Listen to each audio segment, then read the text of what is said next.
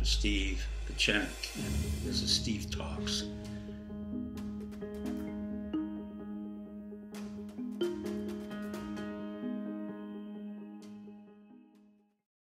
Hi, I'm Dr. Pechenik, and this is Steve Talks.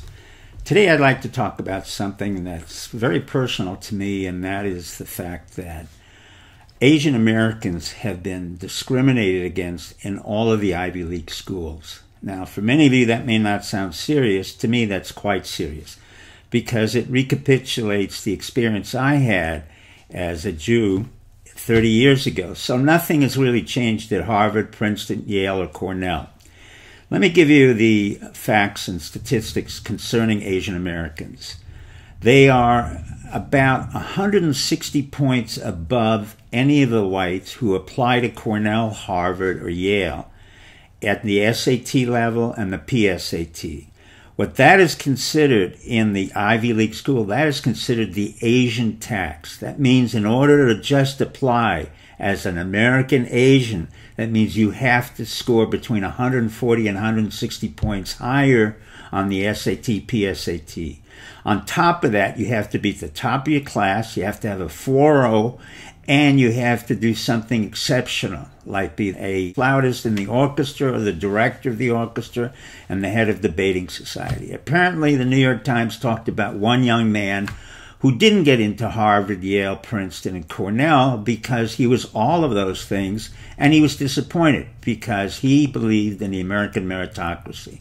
Well, I hate to tell you this, but having been at Cornell Med School and Harvard, I can categorically tell you that they are highly discriminating against Jews, Baptists, blacks, Hispanics, and Asian Americans. Oh, they can tell you they're liberal. They can tell you they don't discriminate against anyone, but they have a factor called personality, empathy, gets along with others, which is a fudge factor to make sure that they can discriminate against any particular group. Let me give you an example.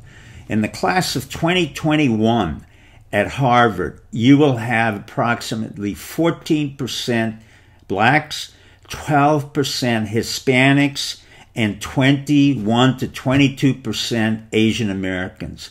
Now that's absurd, because the Asian Americans at MIT or Purdue or any engineering school dominate that school by 50%. So you already know there's discrimination going on among those schools in the Ivy League.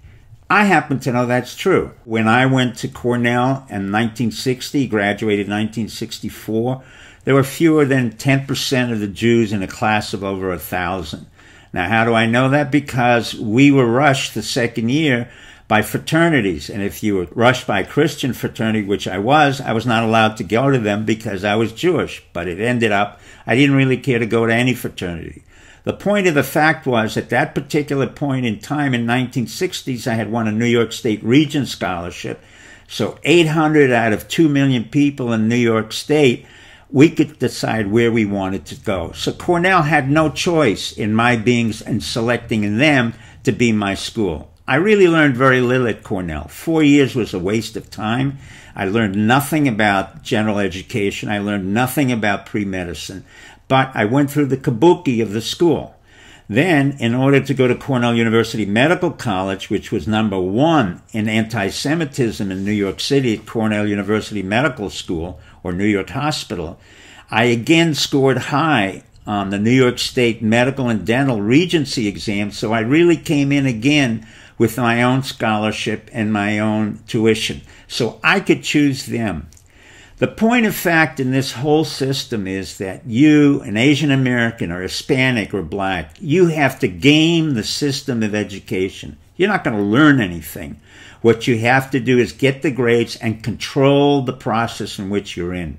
Let me quote to you Madonna, who said the following: "You may consider me ambitious, you may consider me ruthless, and you may call me a bitch. That's how you discriminate against me. But you know what? That's okay. And for me, that's also okay. Good night and good luck." Hi, this is Dr. Steve Pechenik, and this is Steve Talks.